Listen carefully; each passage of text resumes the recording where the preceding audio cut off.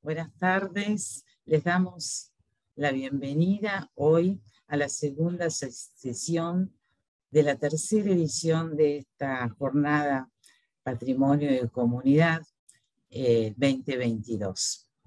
Esta jornada está organizada por el Instituto de Teoría e Historia del Arte Julio de Pairó, el Centro Internacional para la Conservación del Patrimonio, CICOP Argentina, la Maestría en Patrimonio Artístico y Cultura en Sudamérica Colonial de la Facultad de Filosofía y Letras, y el Centro Cultural Pacurondo, que es quien nos asiste y nos brinda toda esta plataforma como para que podamos recibirlos y realizar esta, como decía recién, tercera jornada en formato virtual y por esta plataforma.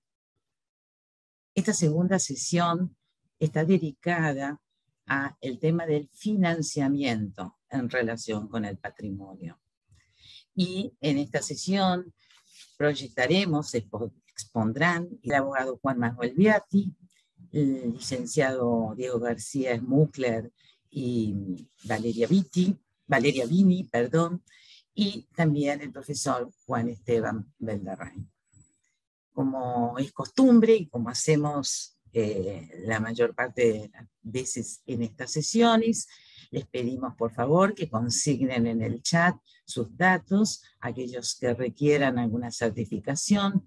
Les pedimos también que silencien sus micrófonos para permitir una mejor experiencia y a medida que vayan transcurriendo las exposiciones, también si quieren consignar preguntas, pueden hacerlo en el chat y luego una moderadora, la investigadora del instituto, la va a transmitir a los expositores para las respuestas.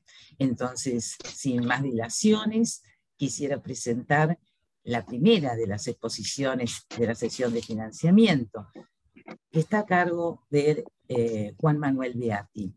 Y les voy a presentar a Juan Manuel Beatti. Es abogado por la Universidad de Buenos Aires, ha trabajado desde 1997 como asesor legal de diversos organismos del área cultural del gobierno de la ciudad de Buenos Aires, pasando posteriormente a dirigir, coordinar y organizar desde sus inicios a diversos programas entre los años 2008 y 2015. Ejerció la dirección administrativa del Instituto Proteatro, programa que evalúa solicitudes de subsidios a la actividad teatral y administra el régimen de fomento para la actividad teatral no oficial de la ciudad de Buenos Aires.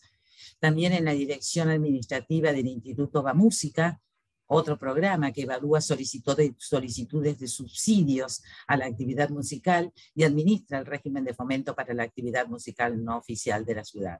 Así como la coordinación, ha estado a cargo de la coordinación del régimen de reconocimiento de la actividad literaria, programa que asegura un ingreso vitalicio mínimo a escritores de trayectoria aprobada y en difícil situación económica. Organizó y ejerció la titularidad de la Unidad de Proyectos Especiales de Espacios Culturales, organismo transitorio a través del cual se obtuvieron la mayor cantidad de habilitaciones a espacios culturales independientes entre el 2010 y el 2015.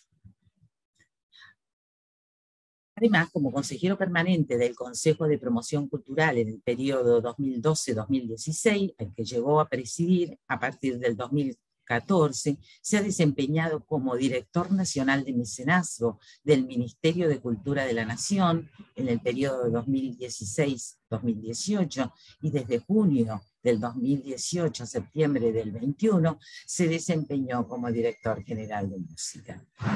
En 2015 publicó un libro, 6 años de mecenazgo en Buenos Aires, y otra obra reciente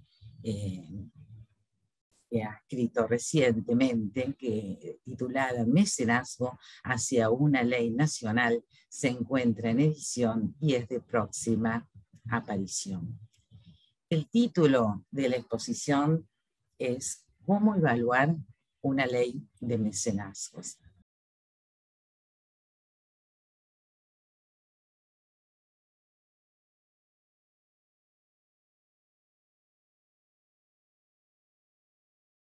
Bueno, antes que nada quisiera agradecer a Ita Pairó y al SICOP, especialmente en la persona de la arquitecta Nari Arias, por haberme invitado a comentar con ustedes algunos aspectos que hacen el estudio y la valoración de las distintas leyes de mecenazgo. Quizás sea oportuno empezar también definiendo bien o recordándonos de qué hablamos cuando hablamos de una ley de mecenazgo. Cuando hablamos de una ley de mecenazgo, hablamos de una ley de incentivo fiscal para que los contribuyentes colaboren con proyectos culturales o con instituciones culturales a los fines de fortalecer el financiamiento de la producción cultural y del patrimonio cultural también, por supuesto, en la jurisdicción en donde esa ley tiene aplicación.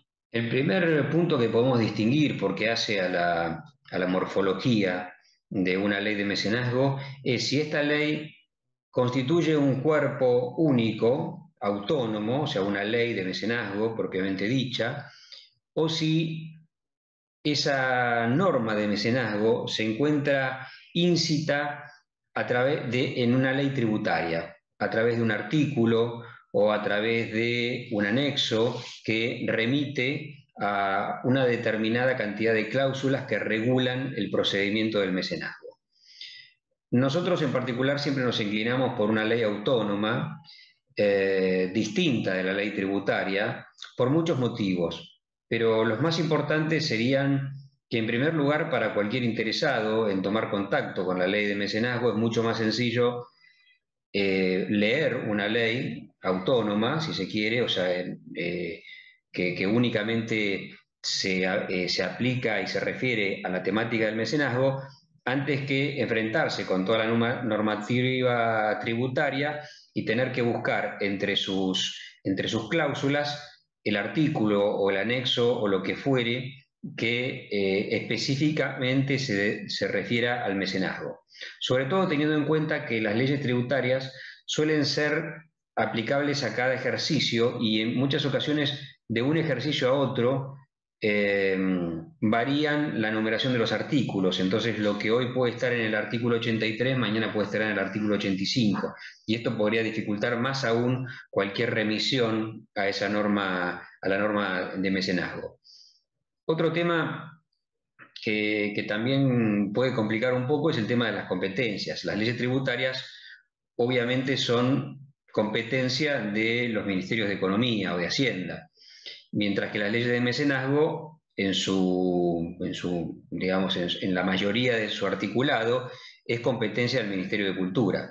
Con lo cual, poner en una ley tributaria un montón de cláusulas que en realidad refieren a la competencia de un Ministerio de Cultura no deja de ser una complejidad y que puede dar lugar a confusión respecto de la competencia que corresponde. Por otro lado, también otro problema que puede suscitarse es que esa ley tributaria estaría estableciendo cuestiones que no son propias de una ley tributaria, como por ejemplo en la composición del órgano de fiscalización o la composición del órgano de evaluación de proyectos, o también el tipo de proyectos culturales a los cuales se puede abocar la ley, y otros temas más que hacen fundamentalmente a la competencia del Ministerio de Cultura y no al Ministerio de Hacienda. Otro aspecto a tener en cuenta, que podemos llegar a decir que es el segundo, en el que uno puede focalizarse, es si se trata de una ley de mecenazgo para todo tipo de actividades filantrópicas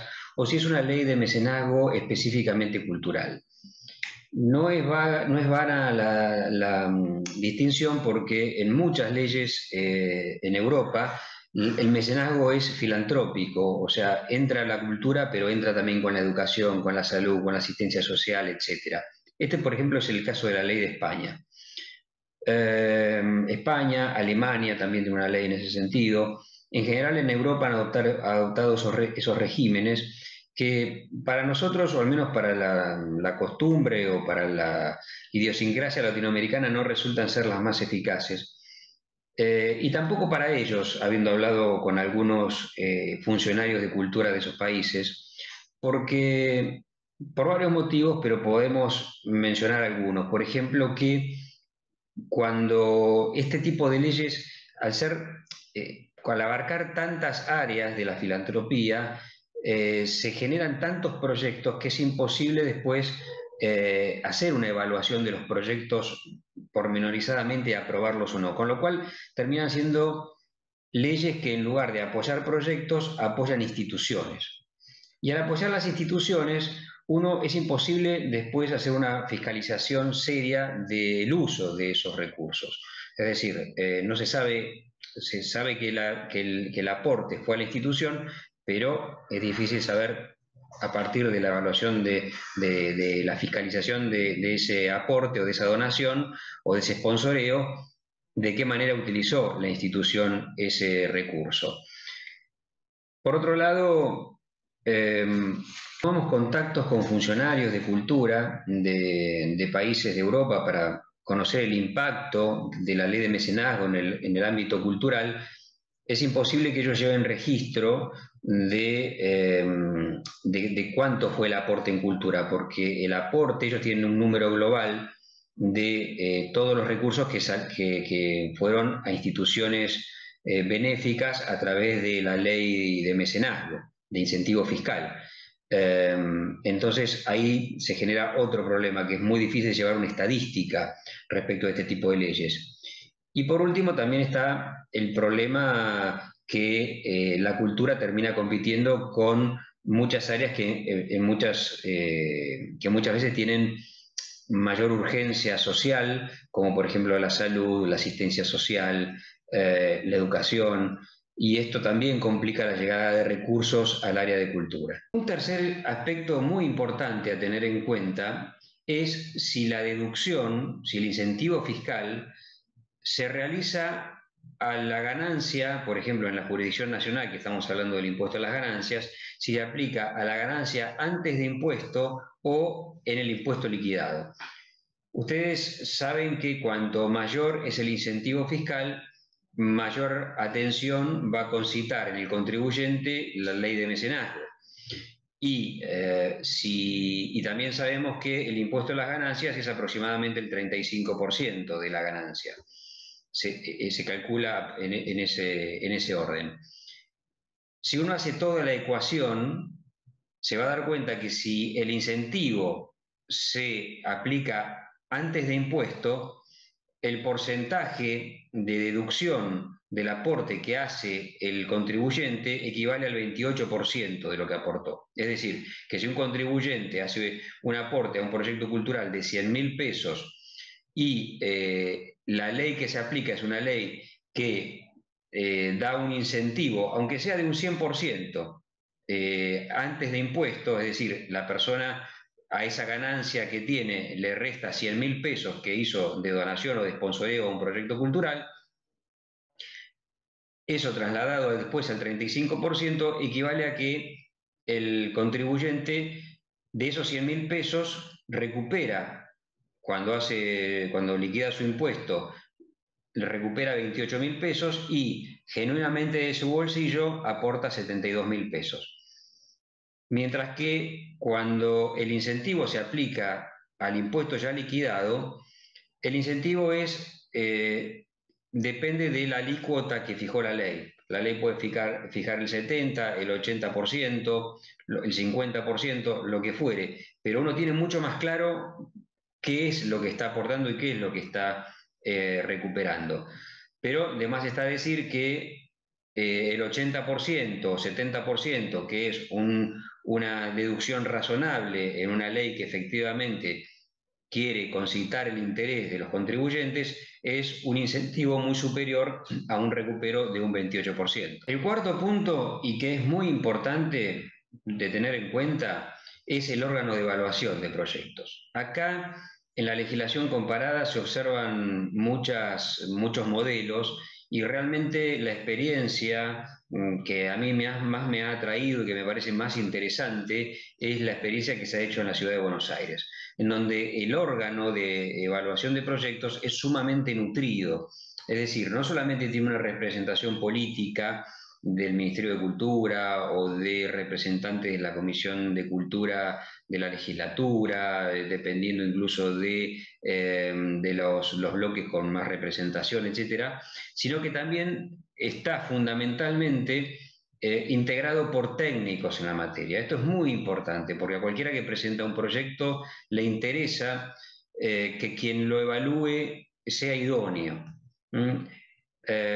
Siempre repetimos, tanto en una publicación anterior que hicimos en el año 2016 como perdón, en el año 2015, como en una que ahora estamos editando en Eudeva, que es muy importante el tema del órgano de fiscalización, porque es lo que garantiza la racionalidad de la administración de la ley. Es lo que, digamos, yo en los años que me ha tocado administrar una ley de mecenazgo, jamás vi una persona que haya pedido explicación de por qué le aprobaron el proyecto. Sin embargo, a quien se le rechaza un proyecto, sí en ocasiones pide una explicación, y es importante que esa explicación esté dada por personas de indudable idoneidad en la materia que están hablando. De lo contrario, se generan tantos reclamos que los administradores de las leyes de mecenazgo tienen que optar entre aprobar mucho o casi todo, como es el caso en la legislación comparada de la ley Rouanet, la ley en Brasil, o el caso de Chile, también tienen que aprobar casi prácticamente todo, o enfrentar muchísimos reclamos en función de que las personas no se sienten evaluadas por personas idóneas respecto a los proyectos, al tipo de proyectos que hayan presentado. Con lo cual es muy importante que una ley de mecenazgo cuente con un órgano de evaluación de proyectos bien fortalecido. El quinto aspecto que a mí me parece muy importante destacar respecto a las leyes de mecenazgo es definir si los contribuyentes, si las personas humanas, en su carácter de contribuyentes, pueden participar de la ley de mecenazgo, es decir, si ellos pueden colaborar con proyectos culturales o si no pueden y se reserva esta situación únicamente para las personas jurídicas. En este sentido, digamos que pareciera ser que lo políticamente correcto siempre ha sido permitir que las personas humanas hagan aportes a los proyectos culturales. No obstante, esto, a mi modo de ver, es contraproducente. ¿Por qué es contraproducente? Porque en los años que yo he administrado o que incluso no he administrado la ley de mecenazgo de Ciudad de Buenos Aires, jamás un proyecto cultural se realizó con aportes de personas humanas.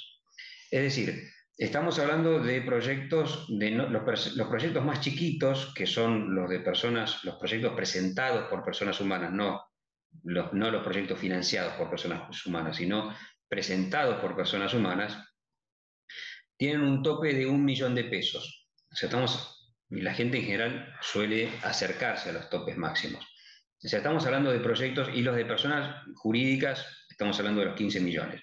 Es decir, que ¿cuántas personas humanas contribuyentes debería un beneficiario de la ley de mecenazgo convocar para lograr financiar un proyecto? Es imposible.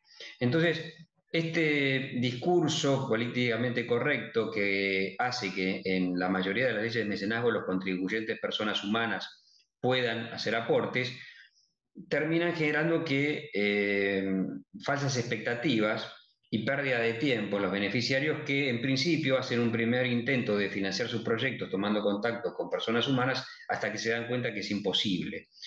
Yo por eso soy particularmente partidario de que las personas humanas no puedan contribuir en las leyes de mecenazgo porque realmente no mueven el amperímetro, por decirlo con una frase que suele estar de moda. Es importante tener presente que aproximadamente, si hablamos de la jurisdicción nacional, hay 1.350.000 contribuyentes, de los cuales al impuesto de las ganancias estoy hablando, ¿no? De los cuales 1.200.000 son personas humanas. Y 150.000 son empresas. De esas 150.000 empresas, las que colaboran con la ley de mecenazgo a nivel, por ejemplo, de la ciudad de Buenos Aires, son 450. Es decir, hay 450 empresas que alguna vez han hecho un aporte en la ley de mecenazgo y que pertenecen al tramo, les diría, más de grandes contribuyentes, pero al tramo top, a los que son grandes entre los grandes contribuyentes. Tengamos en cuenta que estamos hablando de 450 empresas que representan el 0,033% de la totalidad de los contribuyentes, pero sin embargo, esas empresas constituyen el 24% de la recaudación total del impuesto a las ganancias. Es decir, que la capacidad contributiva que tienen esas empresas hacen que con una, dos, tres o cuatro a lo sumo empresas que colaboran con un proyecto, cualquier proyecto queda financiado. Mientras que con las personas humanas tendría que juntar 70, 100 personas para financiar un proyecto chico, cosa que jamás se hizo, ¿verdad? Lo que hay después es un tramo de gestión importante, ¿no? Un tramo de aproximadamente 29.500 contribuyentes, grandes contribuyentes que nunca han colaborado con la ley de mecenazgo. Pero por eso es importante fomentar la atención de los beneficiarios, que no pierdan tiempo tratando de financiar sus proyectos con pequeños contribuyentes o menos aún con personas humanas, porque en general incluso tienen algunos problemas, si se quiere, administrativos, para que en todo caso al momento de las preguntas lo podemos charlar, para financiar proyectos que los grandes contribuyentes lo tienen resuelto. Hablando de este tema de personas humanas y personas jurídicas, del otro lado, digamos, de la ecuación, es decir, del lado de los beneficiarios, también es una decisión política o jurídica ver si los beneficiarios, qué tipo de beneficiarios puede haber, si pueden ser personas jurídicas o si también pueden ser personas jurídicas, además de las personas jurídicas pueden ser personas humanas. Acá también hay una situación en donde acá es menos anacrónico, por supuesto, que los beneficiarios puedan ser personas humanas, en el sentido de que no, esto sí es posible, de hecho muchas normas funcionan así, por ejemplo en la Ciudad de Buenos Aires, si me preguntan a mí particularmente, creo que es bueno, pero que habría que tener determinadas cuestiones muy bien pensadas. Por ejemplo, una cosa es tener una ley de mecenazgo para 2 o 3 millones de habitantes o 250.000 habitantes, como hay en las provincias chicas, y otra cosa es tener una ley de mecenazgo para una población de aproximadamente 40 millones de personas. La cantidad de proyectos culturales que puede convocar una ley de mecenazgo, nosotros hicimos la proyección y en su momento y pensamos que no menos de que únicamente de personas jurídicas podríamos llegar a tener 3.500 proyectos culturales. Antes habíamos dicho la importancia de tener un órgano de evaluación de proyectos bien robustos para que esa evaluación sea seria. Esa evaluación también depende de la cantidad de proyectos que tienen que evaluar. Si son los proyectos que tienen que evaluar son demasiados, es imposible que por más robusto que sea ese órgano de evaluación de proyectos pueda hacerlo bien. Por eso en ese sentido es probable que sea conveniente poner un límite y que sean únicamente las personas jurídicas de carácter cultural las que puedan presentar proyectos en una ley de mecenazgo nacional y no incluir las personas humanas porque pueden llevar a una demanda de tantos proyectos presentados que haga imposible una correcta evaluación y caigamos en la misma problemática que viene teniendo históricamente jurisdicciones como Brasil o como Chile. En este sentido, también es oportuno un análisis de lo que sería un análisis institucional de lo que es el sector público cultural de la jurisdicción a la que se va a aplicar la ley de mecenazgo.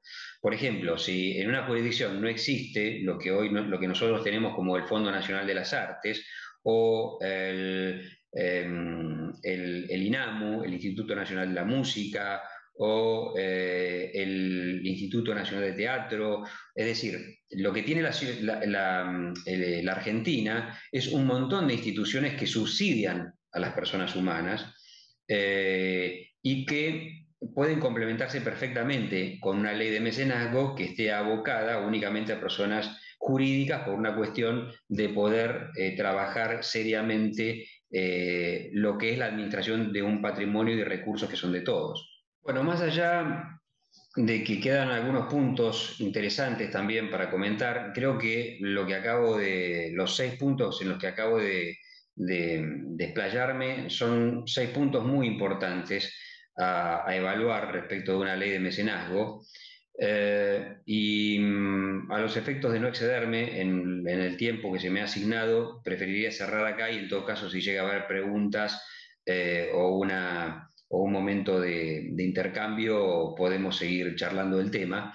Simplemente decirles que estas cuestiones que parecen muy técnicas son muy importantes porque ustedes tengan presente que en el país hay 12 jurisdicciones locales con ley de mecenazgo, de las cuales solo 4 lograron ponerlas en funcionamiento. La Rioja, Chaco y la ciudad de Buenos Aires son las que tienen ley de mecenazgo funcionando hace muchos años. San Juan arrancó este año recién con una ley que entiendo que va a andar muy bien porque la he leído y la veo realmente aplicable, pero después hay otras 8 provincias que tienen ley de mecenazgo y que nunca las pudieron aplicar. Y no la pudieron aplicar justamente porque hay aspectos muy técnicos que los tienen que definir los mismos legisladores y el funcionamiento mismo de las legislaturas suele ser muy complejo por el tema del funcionamiento de las comisiones, que los proyectos de ley van, vienen, y a veces se cambian determinadas cláusulas que hacen que queden contradicciones o lagunas en los textos normativos que hacen que sean después de imposible aplicación. Así que es muy importante en este sentido acudir a la legislación que ya que existe, que está siendo aplicada hace muchos años y si es posible también a las personas que de alguna manera puedan contar sobre su experiencia al respecto, que es un poco lo que yo quise hacer en este encuentro. Bueno, desde ya, muchísimas gracias y seguimos con las preguntas cuando quieran.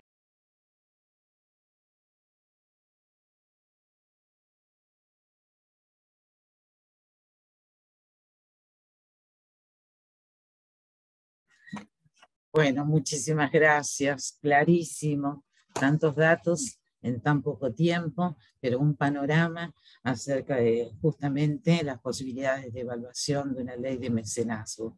Invitamos a quienes quieran hacerle preguntas al doctor Beati, que se encuentra en la plataforma, que las consignen en el chat y van a ser transmitidas al final de todas las exposiciones. No, les recuerdo que como las ediciones anteriores de estas jornadas, posteriormente las videos grabaciones van a estar subidas en el canal de YouTube del Instituto Pairó. Vamos a continuar entonces con la segunda exposición de esta sesión de financiamiento y va a estar a cargo de los licenciados Diego García Smuckler y Valeria Dini. Diego García Smuckler es licenciado en Ciencias Políticas por la Universidad de Buenos Aires, ha cursado una maestría en Economía Internacional en la misma universidad y ha realizado tareas de asesoramiento y asistencia a las jurisdicciones provinciales con relación a la gestión del patrimonio arqueológico y es actualmente subgerente de operaciones crediticias del Fondo Nacional de las Artes. Le acompaña Valeria Dini, que es licenciada en Políticas y Administración de la Cultura por la Universidad Nacional 3 de Febrero, es técnica en Administración de la Cultura por la misma universidad, técnica en Música, egresada del Conservatorio de la Ciudad de Buenos Aires Astor Piazzolla, trabaja en la Gerencia de Planeamiento y Servicios Culturales del Fondo Nacional de las Artes desde el año 2014. Anteriormente trabajó en el Centro de Producción e Investigación audiovisual dependiente del Ministerio de Cultura de la Nación y actualmente coordina el área de préstamos y subsidios del Fondo Nacional de las Artes. El título de la exposición es Fuentes de Financiamiento del Fondo Nacional de las Artes. Así que, bueno.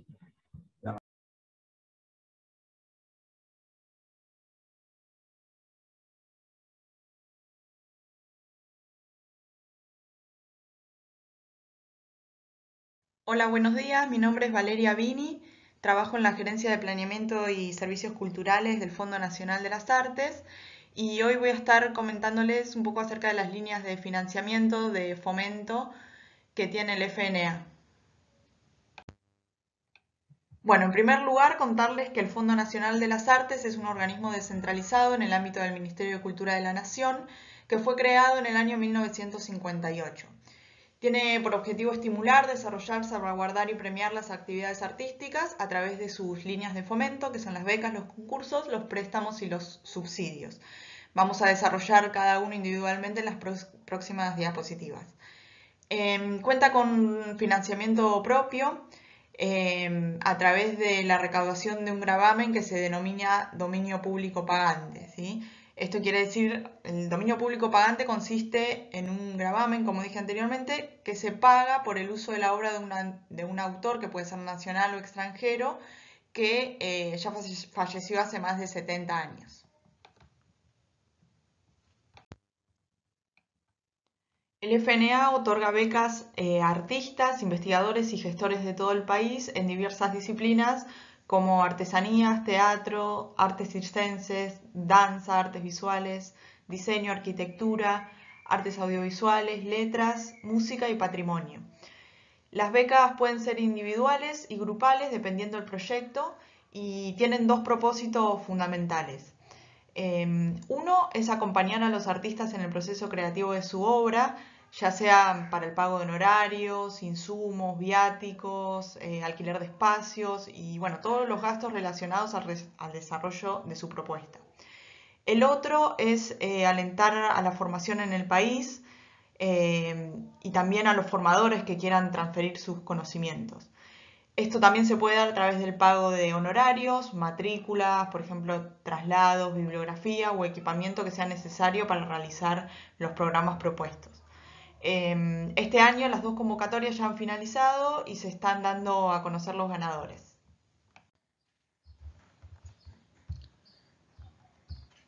Los concursos que organiza el FNA están destinados a artistas y creadores de todo el país y se organizan para premiar sus obras. También, como comenté anteriormente, y al igual que las becas, abarcan múltiples disciplinas, como por ejemplo las que vemos en pantalla. Con la convocatoria a concursos, lo que el FNA busca es reconocer y valorar la producción artística, premiar la labor creativa y de alguna manera también proteger y alentar la producción de calidad. En este momento del año está abierto el concurso de proyectos de obras de danzas en todas sus expresiones y está abierto hasta el 3 de noviembre. También en la Casa de la Cultura del Fondo Nacional de las Artes se va a inaugurar la muestra del concurso de artesanías con las piezas seleccionadas en la edición de este año. Si bien ese concurso ya finalizó y pueden encontrar toda la información acerca de la muestra en nuestra página web. Bueno, y la próxima línea es la de préstamos. El fondo ofrece préstamos personales a artistas y a gestores de todo el país. Puede ser para el desarrollo de su actividad artística, para crear, invertir o producir en obra.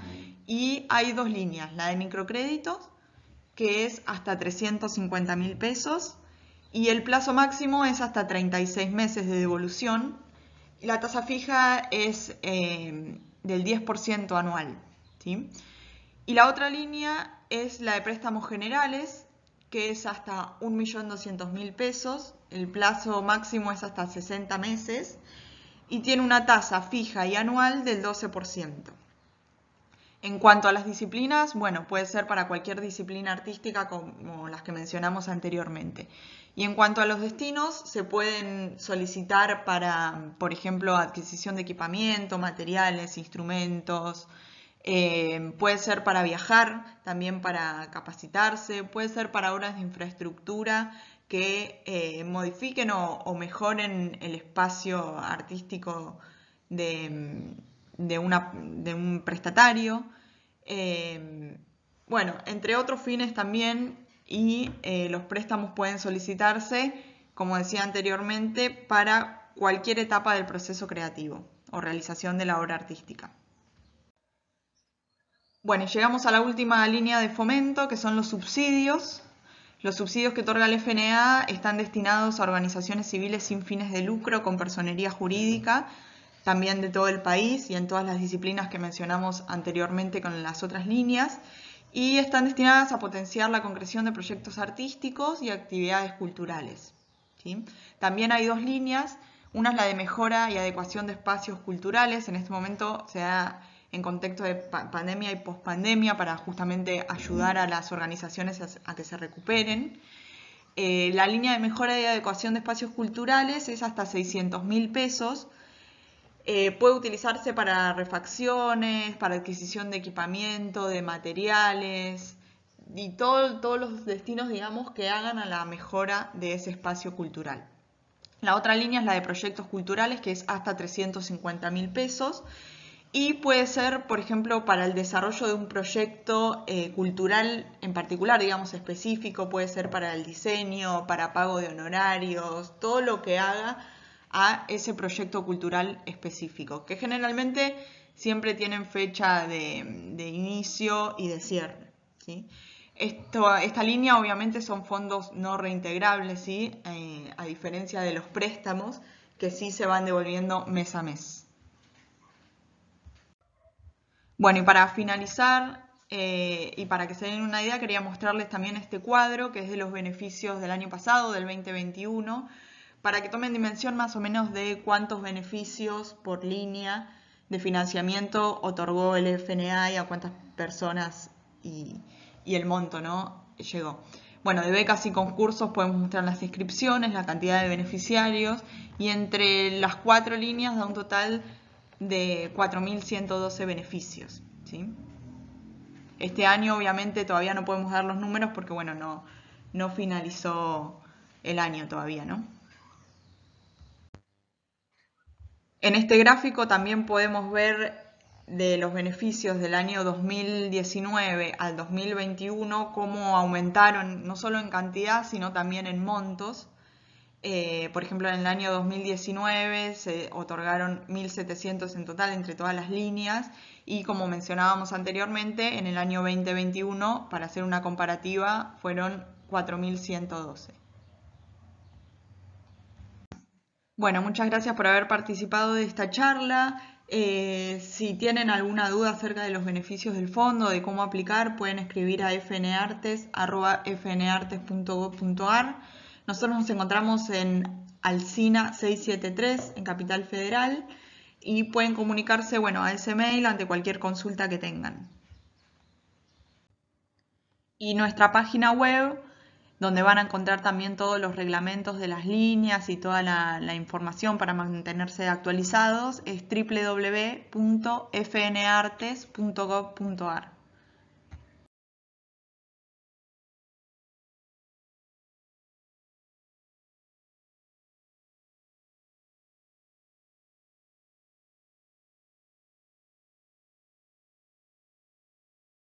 Bueno, muchísimas gracias. Entonces, tenemos acá a la licenciada Dini, que estará para las preguntas que ustedes les quieran formular sobre toda esta gran actividad que realiza el Fondo Nacional de las Artes. Vamos a pasar entonces a la tercera y última exposición de hoy. Hoy tenemos 3 en el ámbito de esta sesión de financiamiento, que está a cargo del profesor Juan Esteban Belderrain. Juan Esteban Belderrain es profesor de filosofía por la Universidad Nacional de La Plata, tiene estudios de posgrado en Flaxo y en la Universidad de Harvard. En los últimos 14 años ha sido coordinador de programas en Porticus Latinoamérica, entidad privada de cooperación internacional, en la cual ha diseñado y colaborado en la implementación de diversos programas de inversiones en el campo de la educación, y los derechos humanos. Se destaca el programa EducaPaz, Educación para la Paz en Colombia, y Horizontes, Educación Multicultural en Perú. Ha colaborado también en el desarrollo de programas de atención a la primera infancia en Brasil y de defensa de los derechos humanos de poblaciones indígenas con la Red Eclesial Panamazónica. Tiene varias publicaciones periodísticas y especializadas sobre los diversos temas en los que ha trabajado, destacándose las publicaciones académicas en las revistas del IP-UNESCO en Ginebra y de la OEA. Desde el año 2021 es profesor de diseño y evaluación de proyectos en la maestría en Patrimonio Artístico y Cultural en Sudamérica Colonial de la Universidad de Buenos Aires. Bueno, vamos entonces a ver esta última exposición.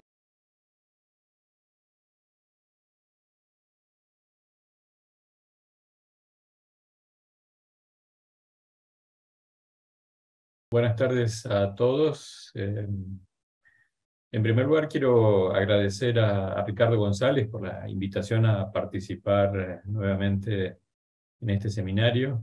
En realidad, esta es una invitación a completar lo que fue mi participación en el año pasado. En el seminario del año pasado fui invitado a exponer sobre el tema de la democratización del patrimonio cultural.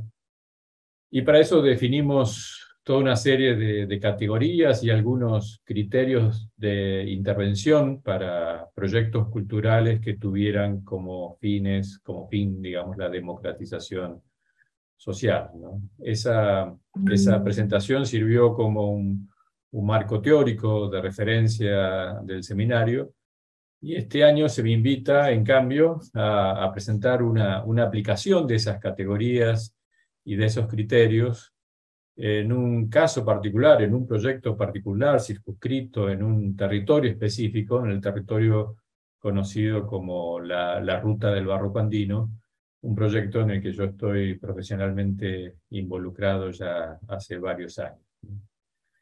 Entonces, en el trabajo del año pasado, partíamos del presupuesto de que todo proyecto cultural y de preservación del patrimonio depende de la finalidad para la cual es diseñado, y esa finalidad la determina un juego de relaciones entre los actores sociales que forman parte del proyecto, entre el Estado, la sociedad civil, los actores privados que participan del proyecto.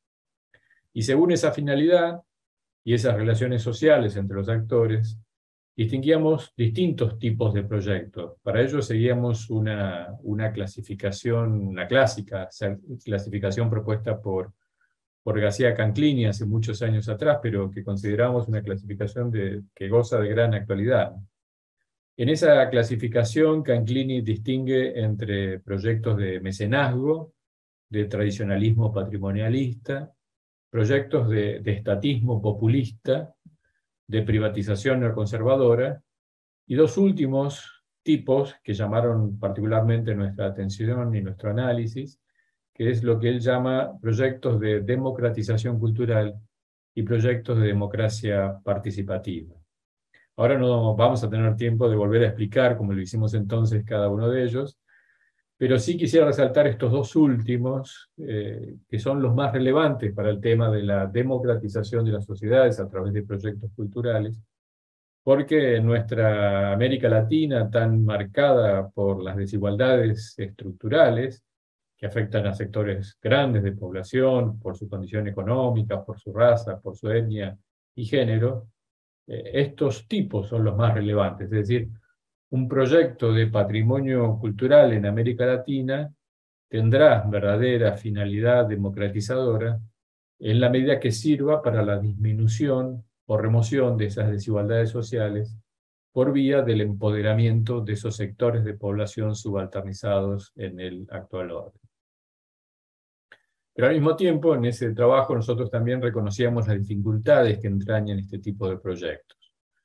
Ya desde la propia complejidad de la identificación de esos grupos subalternizados, y el riesgo a veces de hipostasiar sus identidades, que muchas veces presentan tensiones o conflictos con las demandas reales de los miembros de esas identidades. A eso se suma la necesidad de reconocer las complejas intersecciones de los fenómenos de discriminación, por ejemplo, cuando se suman los factores de raza y de género, por ejemplo, para no ser cómplices de las discriminaciones internas aún dentro de esas identidades subalternizadas. Y por último, reconocíamos también las dificultades que en general tienen las instituciones que promueven proyectos culturales y de preservación del patrimonio para instaurar procesos de participación democrática. Muchas veces existen muchas tensiones en relación a los tiempos y a las necesidades de gestión de los mismos efectos de la participación. Bien, entonces en el día de hoy, digamos, se trata de ver cómo se aplican estas categorías y estos criterios de evaluación, de clasificación de los proyectos, en un caso particular que es la llamada ruta del barroco andino. Para esclarecer el lugar desde el cual voy a hablar de esta experiencia, permítanme decir unas pocas palabras sobre Porticus, es decir, sobre la organización en la cual trabajo en ese territorio. Porticus es una organización de filantropía privada, es decir, nosotros trabajamos como asesores de una familia de empresarios que son propietarios de un importante holding internacional y que han decidido generar en el seno del holding una serie de fondos filantrópicos para colaborar con las sociedades donde desarrollan sus negocios. Nuestra misión es diseñar las estrategias de inversión social de esos fondos y presentar programas y proyectos de inversión a ser financiados. Tenemos 13 oficinas en todo el mundo, una en San Pablo para toda América Latina. Nuestros programas de inversiones se agrupan en 4 portafolios, a saber, agrupados por temas, ¿no? Uno sobre derechos humanos, otro sobre educación, otro sobre estrategias de combate al cambio climático, y un cuarto sector destinado a ayudar a las organizaciones de la Iglesia Católica que trabajan en estos temas. La familia de donantes de estos fondos es una familia de tradición católica y por lo tanto una parte de sus inversiones sociales se hace a través de organizaciones de la Iglesia. Como pueden ver, el tema de la cultura o del patrimonio cultural no es un ámbito específico de intervención para nosotros, pero con frecuencia nos encontramos con este tipo de proyectos asociados a otros directamente financiados por nosotros o que forman parte de programas de inversiones más amplios que nosotros financiamos junto con otras organizaciones, entre las cuales se encuentran organizaciones especializadas en patrimonio cultural. Y este es el caso del barroco andino que ahora paso a contarles. Se llama Ruta del Barroco Andino al itinerario que une un conjunto de iglesias de los siglos XVI al XVIII con muy importante valor artístico patrimonial, ¿no? Ese itinerario va desde la ciudad de Cusco, en Perú, donde se encuentra la iglesia de la Compañía de Jesús en Perú, hasta los distritos de Andahualillas, Huaro y Urcos en la provincia de Quispicanchi. Estas iglesias se encuentran bajo la administración y gestión pastoral de la Compañía de Jesús, quien ha identificado en ese circuito un alto potencial turístico en favor del desarrollo local, ¿no? Estas notables obras artísticas y de arquitectura colonial se encuentran en un territorio también de gran riqueza de vestigios de culturas precolombinas, están cercanas a Cusco y a Machu Picchu, ¿no? Es una zona también de muy importante belleza paisajística y también de fuerte identidad cultural que se manifiesta en las fiestas y en los rituales populares, que son también de gran atractivo turístico de alcance nacional, ¿no? Y el turismo religioso, las procesiones y las fiestas populares. El pueblo, en particular el pueblo de Andahualillas, es uno de los pueblos de origen colonial más emblemáticos del Valle Sur del Cusco, ¿no? Ha sido declarado Patrimonio Cultural de la Nación peruana, ¿no? Ha mantenido la traza original, que se remonta a la época de la colonia, conserva toda la morfología constructiva tradicional, y el paisaje de su entorno tiene toda la policromía, la bella policromía de los valles y de las quebradas andinas. Está rodeado de montañas altas que limitan el valle, y el valor cultural más sobresaliente allí es el templo de San Pedro Apóstol, ubicado en la plaza principal y que es conocido internacionalmente por su profusa y bella decoración mural. Es una de las obras más emblemáticas del estilo barroco mestizo, con claras influencias del Renacimiento del siglo XVII. Dentro del edificio actual, que es de 1610, se encuentra un riquísimo patrimonio en pinturas murales de gran policromía, pinturas de caballete, esculturas, 6 retablos que datan del siglo XVIII, un impresionante artesonado del techo, y especialmente los órganos pintados por Luis Riaño en el primer tercio del siglo XVII, que se encuentran entre los más antiguos de América Latina y que hoy están en funcionamiento. Sobre el final de esta exposición les voy a mostrar un video para que puedan apreciar imágenes de estas obras maravillosas. A pocos kilómetros de Anagualilla se encuentra también el templo de San Juan Bautista de Huaro, y un poco más allá la capilla de la Virgen Purificada o de la Candelaria de Canincunca, ambas igualmente decoradas con una belleza excepcional. El día de hoy, esa ruta del barroco andino tiene un flujo turístico moderado, diría yo, principalmente de extranjeros que visitan los templos en el tránsito entre Cusco y Puno. Puno es la zona del lago Titicaca. Entonces, en ese circuito, digamos, en esa ruta, muchos turistas extranjeros se detienen para visitar los templos del barroco andino. La intención del proyecto de los jesuitas es constituir esta ruta en un destino turístico sostenible, con una mayor afluencia de visitantes, y que dediquen más tiempo a la visita, pasando de un turismo de tránsito a un turismo de permanencia, y así cumplir 2 finalidades.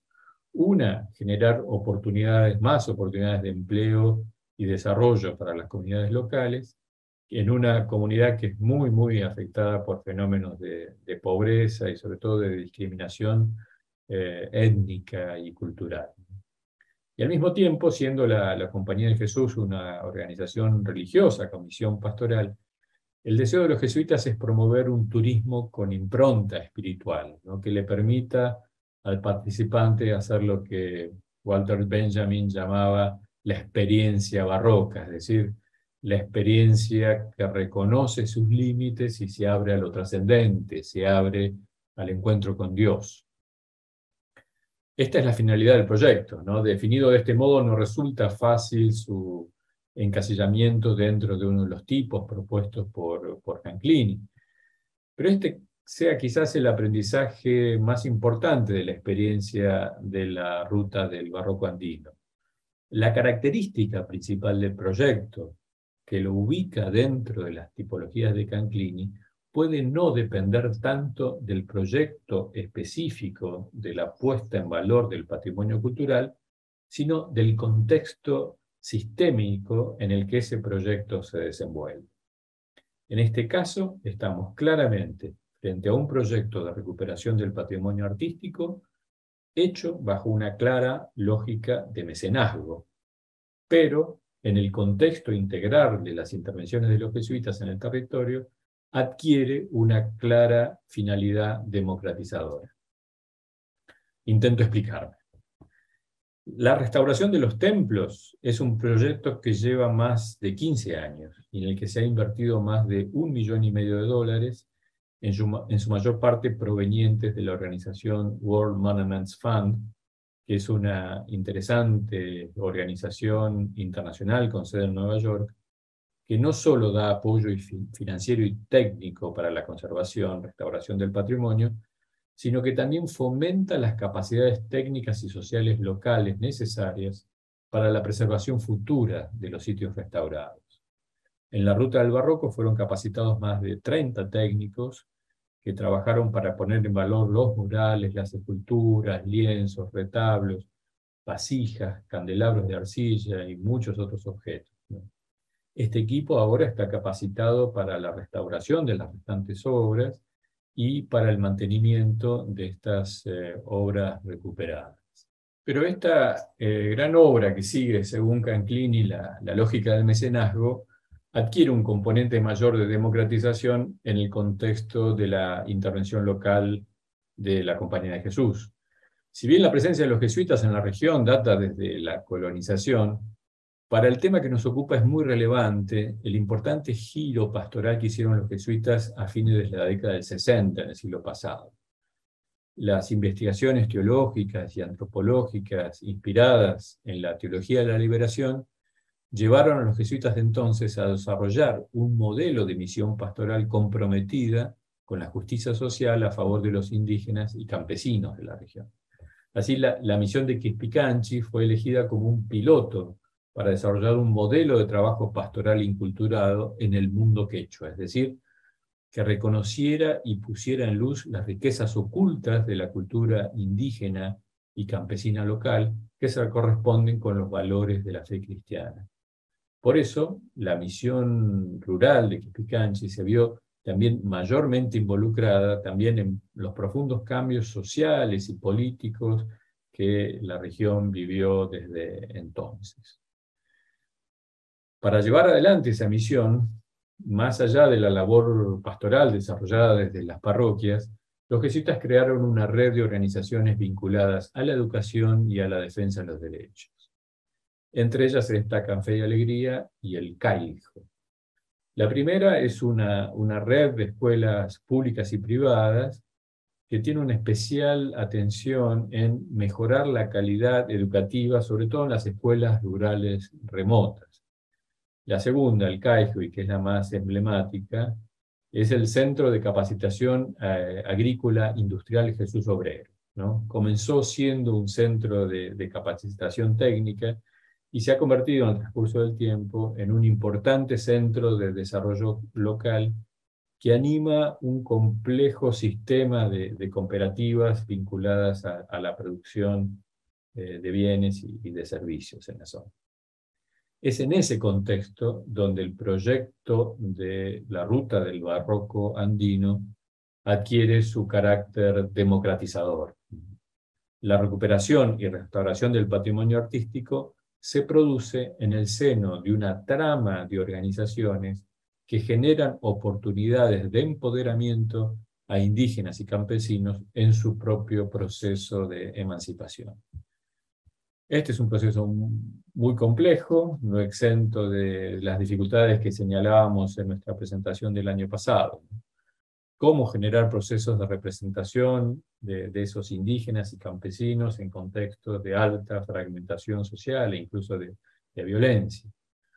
Cómo administrar los tiempos de las instituciones para que respeten los tiempos de las culturas locales. Cómo contrarrestar la emergencia de tendencias culturales disgregadoras de las comunidades y que estimulan la migración hacia las grandes ciudades. En fin, todas estas son preguntas que no admiten respuestas fijas o cristalizadas, sino que exigen revisiones en función de los problemas y de los cambios acelerados que estos territorios viven en lo cotidiano. Bien, espero que estas reflexiones les hayan sido útiles y para finalizar les comparto un video elaborado por los mismos jesuitas y que les permiten aproximarse a esas obras patrimoniales importantes y analizarlas y verlas también en su contexto. Muchas gracias.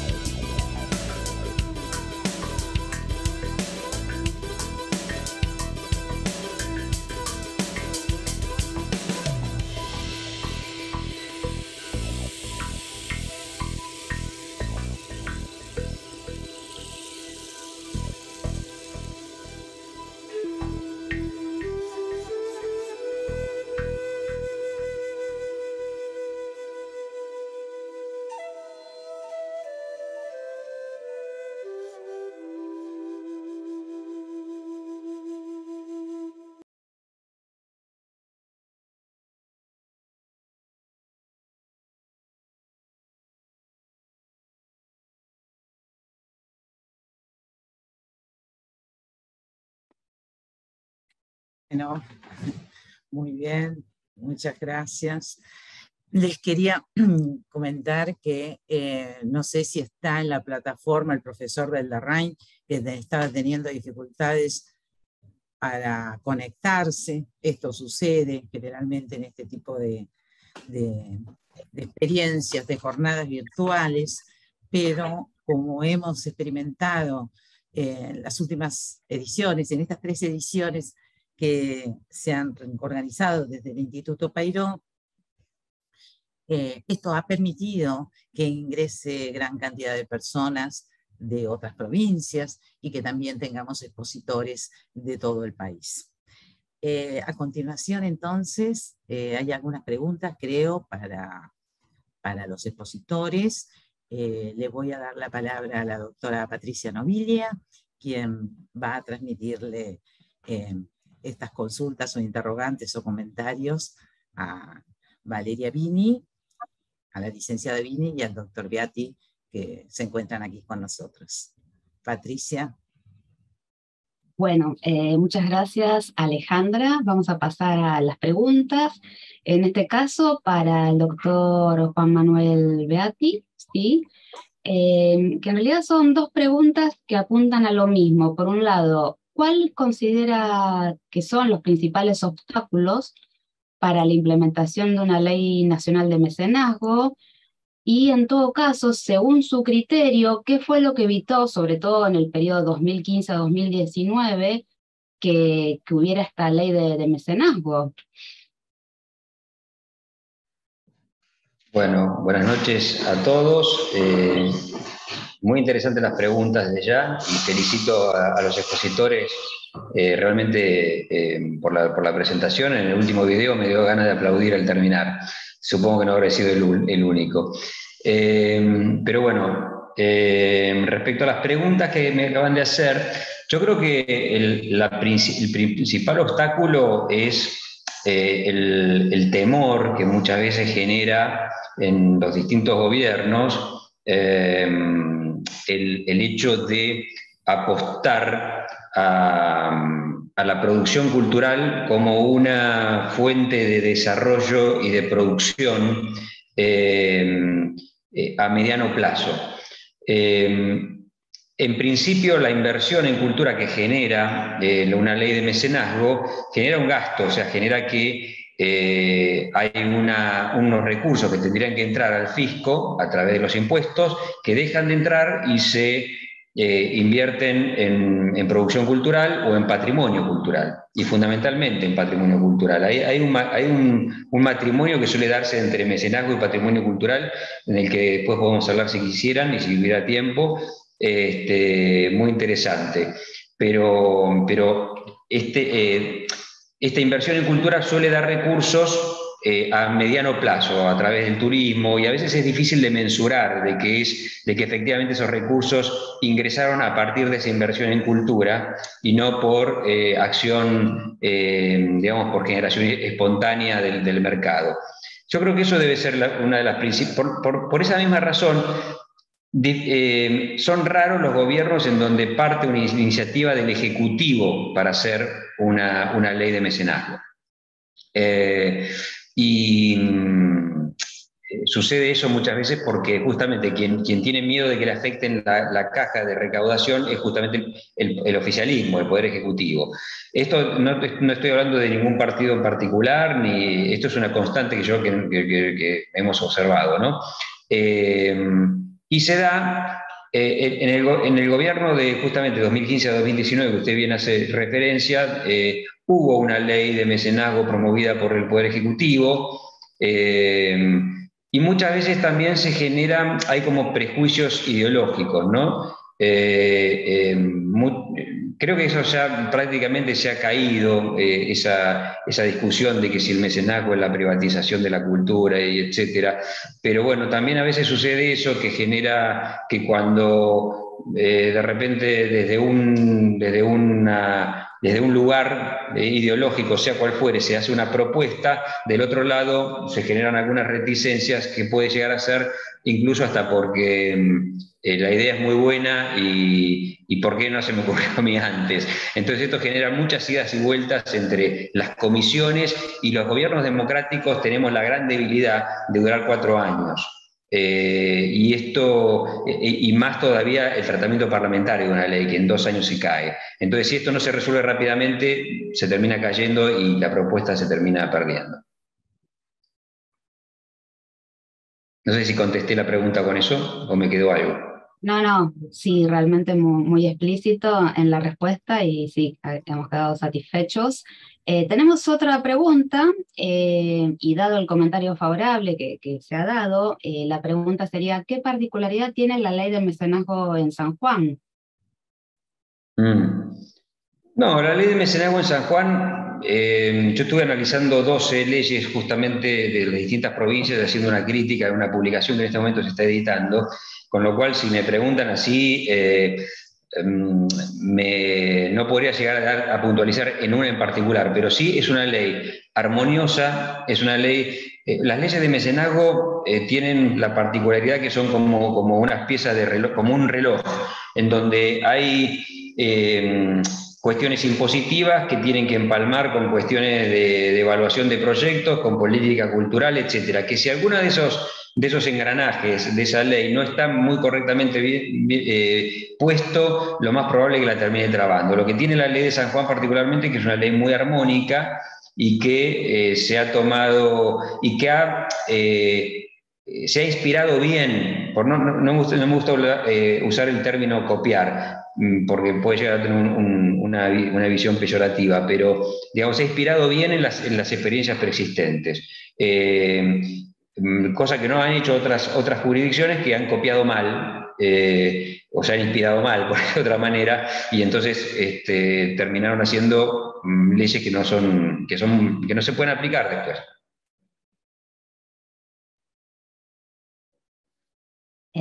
Muchas gracias por las respuestas.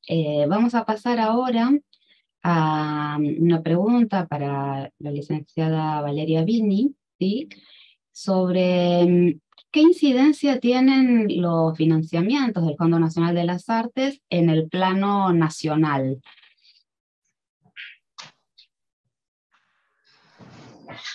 Bueno, como decía, los beneficios del fondo son para todas las provincias, digamos. Como suele pasar, hay una gran concentración en Cava en cuanto a las inscripciones, a los pedidos, pero realmente desde el Fondo Nacional de las Artes hay una política como para dar a conocer todos los beneficios, por eso también se realizan también varios viajes a las provincias, como para que se conozcan las líneas de financiamiento, como para poder potenciar, digamos, y que se inscriban más personas del interior del país, ¿no? Como para poder desconcentrar un poco de todo lo que es la capital federal. Este año y el año pasado realmente se logró bastante eso con las distintas visitas, hemos hecho también distintos Zooms a lo largo del año 2020 y 2021 con las gobernaciones de las provincias como para poder difundir los beneficios, y eso se vio, digamos, replicado en las inscripciones también. Bueno, y también otra pregunta referida a porcentaje sobre cuál sería el porcentaje aproximado de la totalidad de los recursos, es decir, cuál sería este porcentaje que constituyó el gravamen que habías mencionado, el dominio público pagante. Perdón, no entendí la pregunta. ¿Qué porcentaje aproximado de la totalidad de los recursos lo constituyó el gravamen dominio público pagante? Mira, en porcentaje exactamente, la verdad que desconozco, entra mucho dinero por lo que es este gravamen, y también imagínense que algo de dinero entra por lo que es el pago de las cuotas de los préstamos que mencioné anteriormente. Si bien es una tasa muy subsidiada y realmente por la inflación, digamos, se imaginan que queda, digamos que el fondo no vuelve a recuperar lo que invierte otorgando los préstamos, pero la mayor cantidad de ingresos sí se da por el dominio público pagante y otra parte también por inversiones que hace el fondo y por la devolución de los préstamos, ¿sí? Bueno, y también te vamos a hacer otra pregunta, si el Fondo Nacional de las Artes financia programas de puesta en valor patrimonial. Sí, en todas sus líneas, sí. Como había dicho anteriormente, el patrimonio es una de las disciplinas que pueden pedir en todas las líneas de financiamiento, ¿sí? Sobre todo también piden mucho en espacios culturales, como mencionábamos, la línea de subsidios, ¿sí? En el área de en la línea de préstamos personales también se suele solicitar. Sí, el patrimonio es una disciplina muy, muy activa y suelen llegar muchos casos de patrimonio. Bueno, muchas gracias. Tenemos ahora algunas preguntas para el profesor Beldarrain. Yo no sé si está presente, pero hay una que tal vez también pueda participar Juan Manuel, con esta que dice, bueno, que se ve en internet sobre todo, que la ruta del Barroco Andino está muy difundida, y que varias empresas turísticas realizan esa ruta. Entonces pregunta qué difusión sería necesaria o qué aportaría la ley de mecenazgo. Bueno, muchísimo. Justamente tiene que ver con lo que yo, con una expresión que insinué en mi anterior pregunta, en donde que se da como un matrimonio entre lo que es el patrimonio cultural y el mecenazgo, porque de todas, si consideramos el patrimonio cultural como una disciplina más dentro de lo que es el arte y la cultura, el patrimonio cultural es el más caro de todos. Estamos hablando de restauración de edificios, en donde hay que recuperar oficios, de los cuales recién el expositor que estuvo justo antes de estas preguntas lo dijo también muy claramente, donde tiene que ser gente entrenada, es decir, tiene un costo muy importante. Y por otro lado,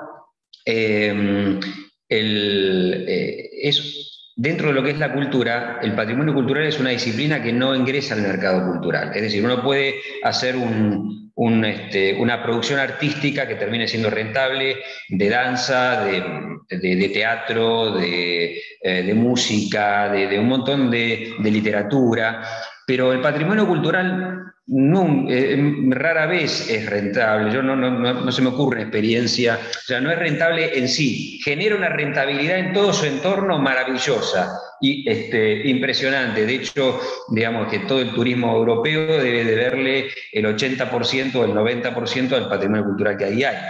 Pero el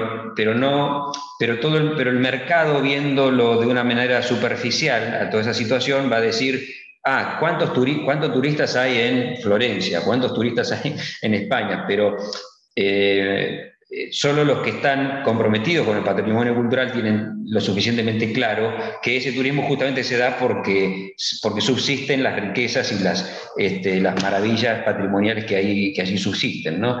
Entonces, cuando, por ejemplo, el Fondo Nacional de las Artes o cualquier institución que otorga subsidios, depende de aparte del derecho público pagante, como bien recién lo explicaba la licenciada, depende de presupuesto, de un presupuesto genuino de los Ministerios de Cultura. Entonces eso está más acotado. El mecenazgo, como genera esta cosa de que es por un impuesto que va a entrar, entonces es una perspectiva, con lo cual se puede ser bastante más generoso.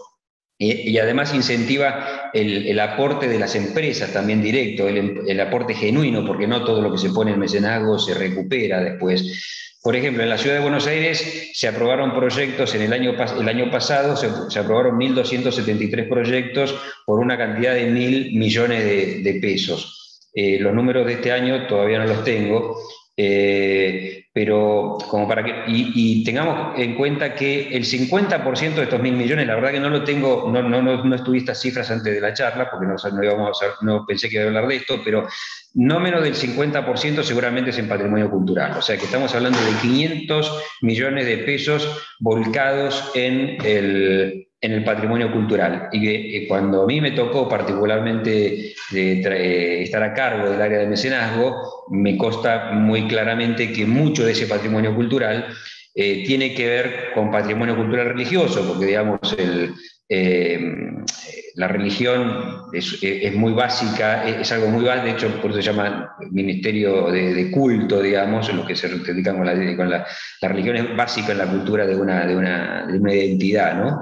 Entonces, y bueno, la restauración, por ejemplo, San Ignacio de Loyola, los túneles de San Ignacio de Loyola se han restaurado con mecenazgo, los retablos, la basílica de San José de Flores, bueno, la verdad que no tengo el listado de todas, pero muchísimos, y yo le agregaría al colega que estuvo también exponiendo, que más allá de la obra social que viene a ser, que él citó y que conmueve realmente, que hacen los jesuitas en ese circuito cultural andino, ya es democrática cualquier inversión en este tipo de patrimonio cultural, ya es democrático, aunque no tengan ese cariz social, porque de hecho las iglesias están abiertas todo el tiempo. Cualquiera puede entrar y mirar, y está el que entra y reza, y está el que entra y mira, y está puesto siempre a disposición. Eso es algo muy interesante que tiene la Iglesia Católica, que es que lo que se invierte ahí está abierto, es un museo abierto todos los días y para el cual no hay que pagar entrada para ir a verlo. No sé si esto responde lo que se preguntó, perdón si fue muy extenso.